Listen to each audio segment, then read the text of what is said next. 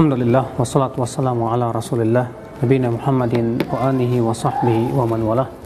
Asyhadu an la ilaha illallah wahdahu la syarikalah wa asyhadu anna Muhammadan abduhu wa rasuluhu amma ba'd. Saudara-saudaraku sekalian, melakukan Al-Qur'an adalah sesuatu yang dianjurkan oleh Nabi sallallahu alaihi wasallam. Nabi bersabda dalam hadis yang sahih, "Man lam yataghanna bil Qur'an laysa minna." Siapa yang tidak melakukan Al-Quran, maka ia bukan dari golongan kami, atas penafsiran sebagian ulama. Namun saudaraku, Nabi Shallallahu Alaihi Wasallam juga khawatir akan adanya pemuda-pemuda yang akan menjadikan Al-Quran sebagai seruling-seruling.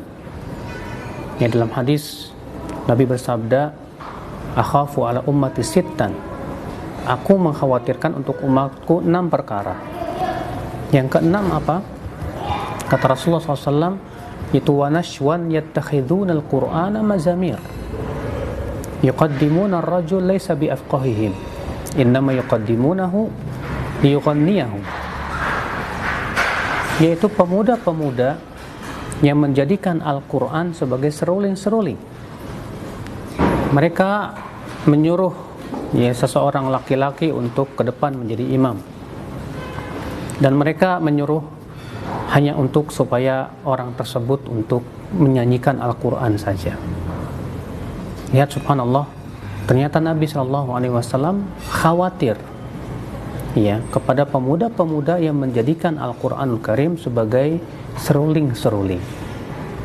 Berarti ini menunjukkan bahwa kita di dalam membaca Al-Quran dan menyanyikan Al-Quran, pertama, jangan sampai kita lebih fokus kepada nyanyiannya daripada mentadaburinya.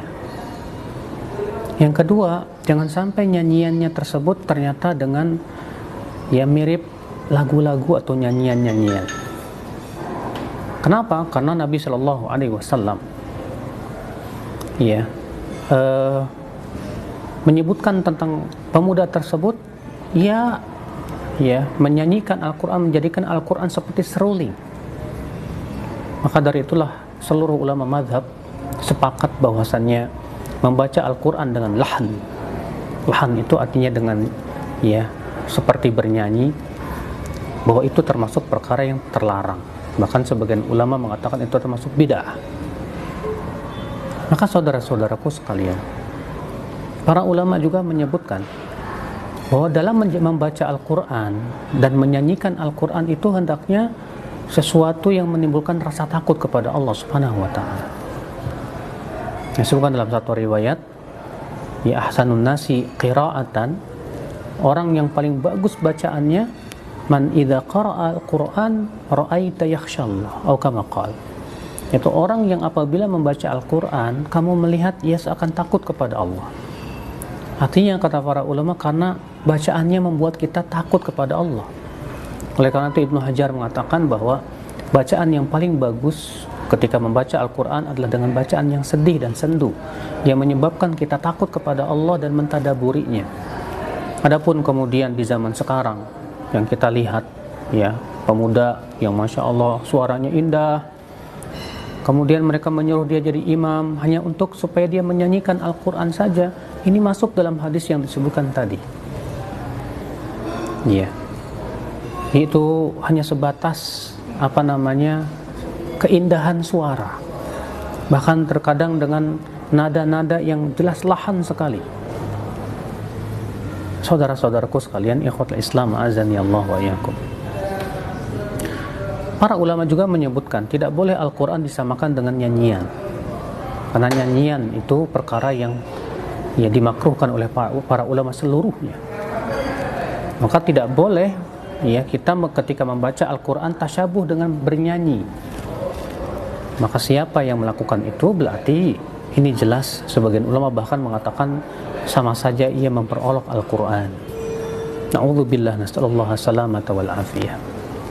Maka saudaraku, Anda yang ingin mengamalkan firman sabda Rasulullah SAW, yaitu tahsinus saut, zayyinul Qur'ana bi aswatikum, hiasilah Al-Quran dengan suara-suara kalian.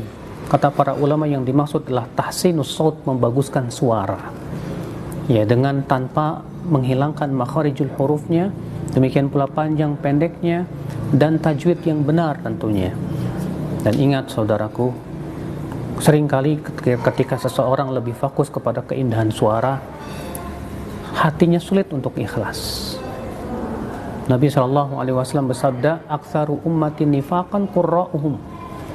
Umatku yang paling banyak terkena penyakit munafik, yaitu riya, adalah qori-qorinya. Masya Allah. Ternyata yang paling banyak terkena penyakit riya, qori-qorinya. Maka jangan sampai kita masuk dalam hadis ini.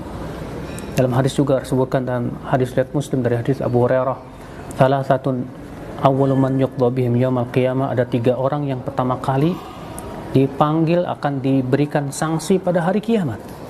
Siapa di antaranya? Yang pertama, alimun qari, orang yang berilmu dan membaca Quran. Lalu Allah panggil dia, lalu Allah tanya dia, apa amalanmu? Lalu dia berkata, ya Allah, aku dahulu menuntut ilmu dan aku mengajarkannya dan aku membaca Quran karena engkau. Maka Allah berfirman, kadzabta, kamu dusta. Dahulu kamu menuntut ilmu karena ingin disebut ulama, dan kamu membaca Al-Quran karena ingin disebut qari, dan kamu sudah mendapatkan julukan tersebut. Lalu ia pun diseret ke dalam api neraka, na'udzubillah.